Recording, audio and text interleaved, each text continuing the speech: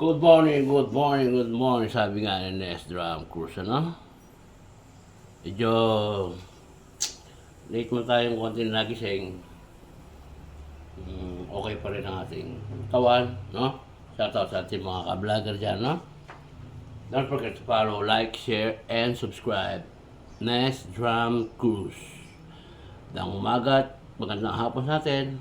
Ingat po lagi tayo. Magluluto tayo ngayon ng ating recipe.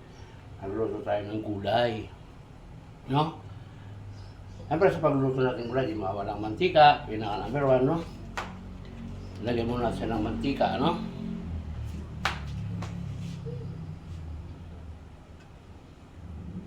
Silang. At, well, ang ating iwawala ang ating gulay na lulutuin, no? Yan, no? Napakaraming pechay, no? Yung pechay, yung panog, bechin, no? Hindi mo wala ang bechin, no? At higit sa lahat ang kamatis pang ating aroma, no? Pampasarap, no? Kiran tayo ng konting panlasa sa bechin, ang asin, no? Mawawala para sa ating aroma, no?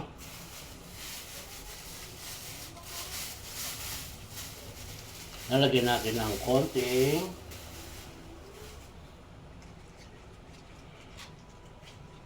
dairy cream, no? Para malasa, no?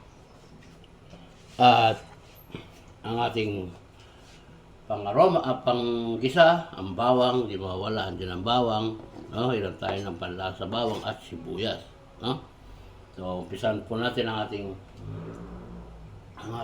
pagluluto. Good morning sa inyo lahat dyan, no? Ingat po tayo lagi sa ating mga ginagawa.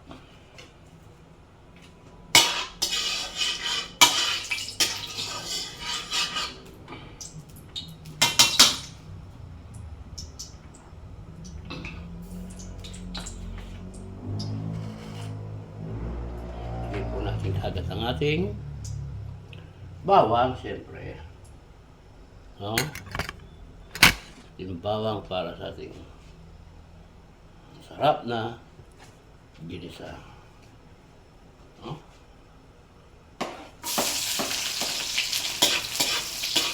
Lumaluin lang sa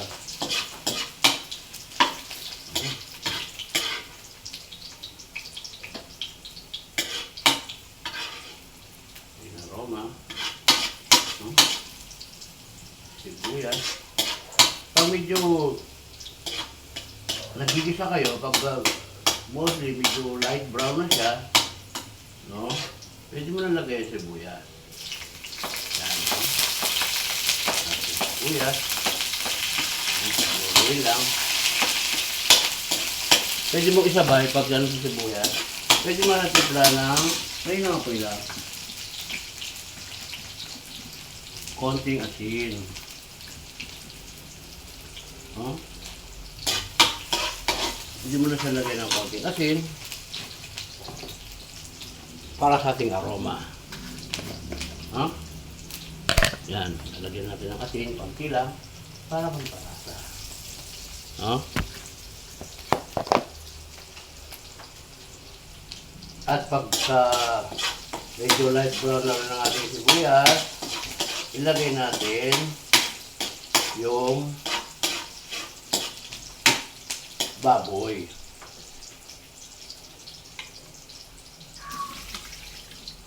Halagay natin yung ating baboy na panahog. No? Excuse me.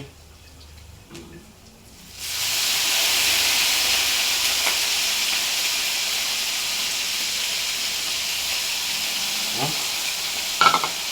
Lagyan natin ang ating baboy.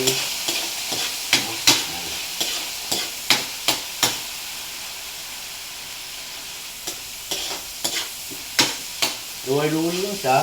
Pero maging light brown na rin ang kanyang karne. Ha? Mga ka-vlogger, no?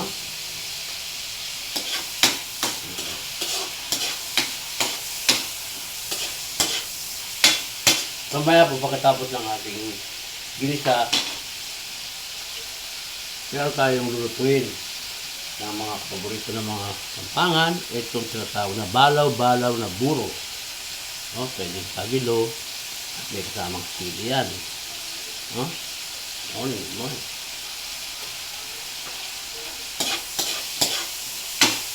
Tuloy lang yung sa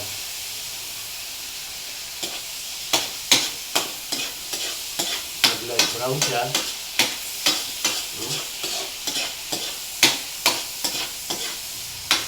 Ito mo. Light brown lang po siya, no?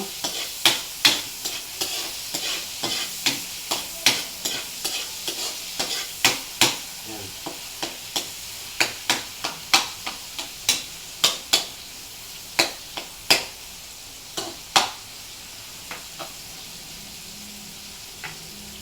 Sinantay lang, no?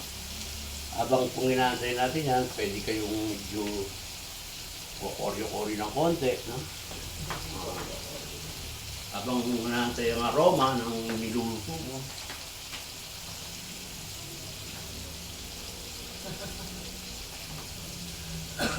No?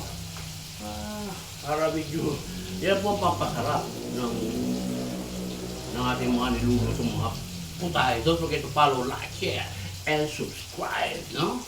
Let's Drunk Food. At pag medyo brown na po siya, pwede natin ilagay yung ating kamatis, no? Walang kamatis, pampasarap ng pagdagdag ng aroma. No?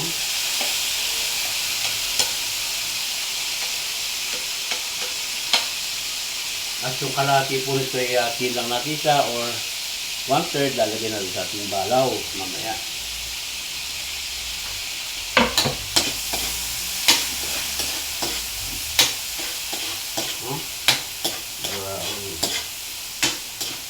Ito lang siya.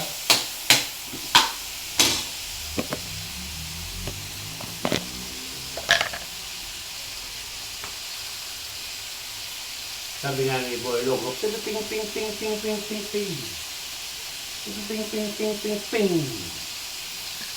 Yan ang papasarap ng ping ping ni Boy Logo.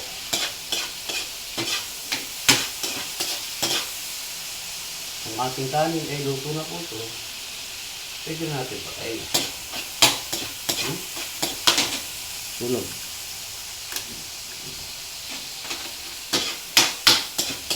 Medyo pag nagigisa po kayo, medyo ano nyo ng konti yung kamatis, ganyan, yan.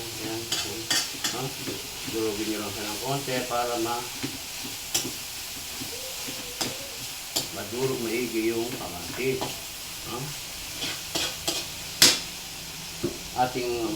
Ilang po tayo ng ating betchin.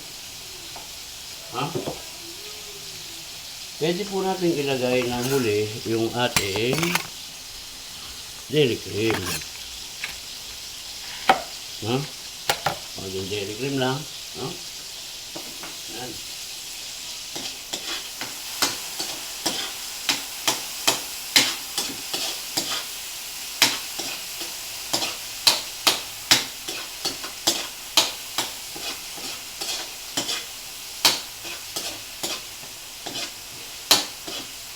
Pwede na natin ilagay ang ating gulay.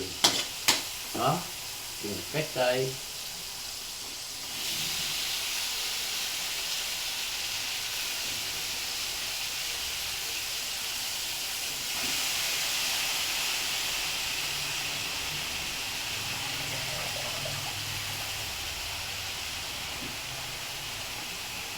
No? Medyo ano mo lang siya. Paglagay po ng gulay na yan, actually, yan, kahit di mo siya lagyan ng sabaw, kakaroon po ng sabaw yan. Kakasabaw yan. Dahil ang gulay, may kaunting tubig na pong ilinalabas yan. Lahat ng klase ng gulay, pechay, sitaw, mga gulay po natin na pinagpapaguran po ng ating mga magsasaka sa pagtatanim. No? Lagyan mo na siya ng baking, panimpla. At okay na po yan. No?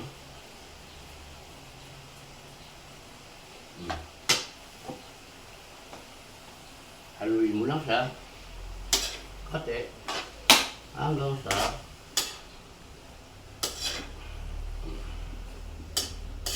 no? Kung ating ginisang pechay, meron pa siyang isang buo, no? Kapag ano po, makita-kita tayo ulit hanggang sa ating mga vlog, no? Don't forget to follow, like, share, and subscribe, no? Kita-kita po tayo. Luto na po ang ating ginisang pechay. Mamaya po, magluluto pa tayo ng ating balaw. Don't forget to follow, like, share, and subscribe. That's Ram Cruz.